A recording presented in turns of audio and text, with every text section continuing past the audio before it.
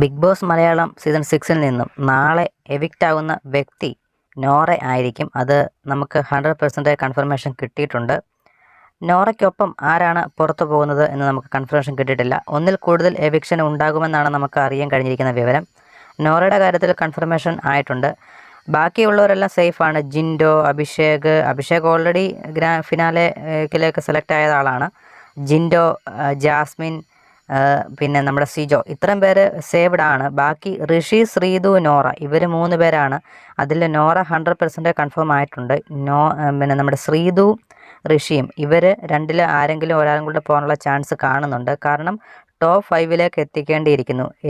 നമുക്ക് ജൂൺ 16-ാം തീയതിയാണ് ബിഗ് ബോസിൻ്റെ ഫിനാലെ നടക്കുന്നത്. അപ്പോൾ ആ ഒരു വീക്കിൽ, ലാസ്റ്റ് വീക്ക് വരുമ്പോഴത്തേക്ക് ടോപ്പ് 5ൽ കണ്ടസ്റ്റൻസ് ആയിരിക്കും അതിലുണ്ടാവേണ്ടത്. അപ്പോൾ അതുകൊണ്ട് തന്നെ അതിനകത്തിൽ എവിക്ഷൻ എങ്ങനെയാണെന്ന് അറിയില്ല. എന്തായാലും നോറ പുറത്ത് പോകുന്നുണ്ട്. കൂടാതെ ബാക്കിയുള്ള എവിക്ഷൻ ഡബിൾ എവിക്ഷൻ ഉണ്ടാകുമോ, അതുകൂടാതെ ലാലേട്ടൻ ഇനി ഹൗസിനുള്ളിലേക്ക് കയറിയിട്ട് ഒരാളെ കൂടെ എവിക്റ്റ് ചെയ്യുമോ എന്നൊന്നും നമുക്കറിയില്ല. ബിഗ് ബോസിൻ്റെ പ്ലാനിങ് എങ്ങനെയാണെന്ന് നമുക്കറിയില്ല. എന്തെങ്കിലും അറിയിപ്പ് കിട്ടുവാണെങ്കിൽ നമ്മൾ പറയുന്നതായിരിക്കും.